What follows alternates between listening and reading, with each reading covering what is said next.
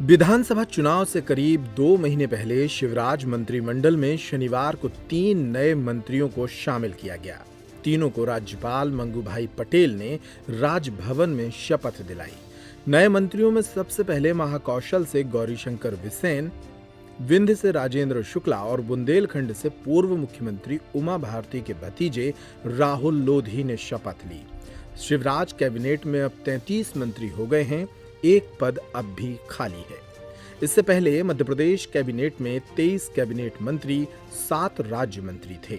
ज्योतिरादित्य सिंधिया के बीजेपी में आने के बाद गठित हुए मंत्रिमंडल को लेकर पूर्व सीएम उमा भारती कई बार कह चुकी थीं कि मंत्रिमंडल में जातीय संतुलन नहीं है। उमा के इस बयान के पीछे की वजह यह थी कि मंत्रिमंडल में लोधी समाज का एक भी मंत्री नहीं था, जबकि पिछली भाजपा की सरकारों में कुसुम मेहंदेले और जालम सिंह पटेल मंत्री थे। 2014 में बनी केंद्र में मोदी की सरकार में पूर्व मुख्यमंत्री उमा भारती केंद्रीय कैबिनेट में शामिल थीं। विंध्य क्षेत्र में 2018 की विधानसभा चुनाव में अप्रत्याशित सफलता मिलने के बाद भी दमदार नेता राजेंद्र शुक्ला कैबिनेट में शामिल नहीं हो पाए थे। इस वजह से उनके समर्थकों में भी नाराजगी बढ़ रही थी।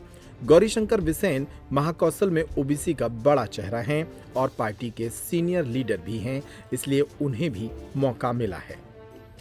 अब एक नजर डालते हैं मंत्रिमंडल में शामिल हुए तीनों नेताओं के राजनीतिक करियर पर। राजेंद्र शुक्ला रीवा सीट से 4 बार के विधायक हैं। मध्य प्रदेश की सरकार में मंत्री रह चुके हैं। विंध्य अंचल में बीजेपी का बड़ा चेहरा है। 2003 में पहली बार वे विधायक बने और लगातार जीतते रहे। 2018 के चुनाव में बीजेपी को विंध्य में बड़ी कामयाबी मिली थी।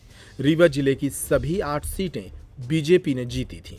गौरीशंकर बिसेन के राजनीतिक करियर पर नजर डालते हैं तो पता लगता है कि बालाघाट से वे 7वीं बार के विधायक हैं।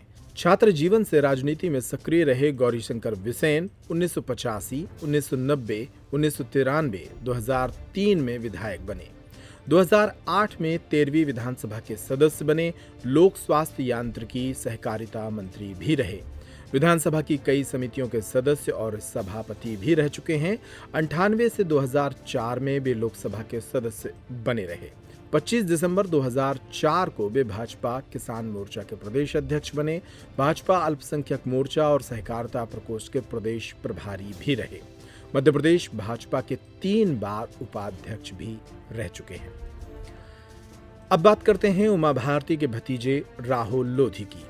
पूर्व सीएम उमा भारती के भतीजे और टीकमगढ़ जिले की खरगापुर सीट से विधायक राहुल लोधी पिछली बार चुनाव जीते थे। राहुल को शामिल करने के लिए उमा भारती और उनके समर्थकों का काफी दबाव था और उनको मंत्रिमंडल में शामिल करने के बाद शिवराज सरकार प्रदेश के लोधी मतदाताओं को एक सकारात्मक संदेश देना चाहती है।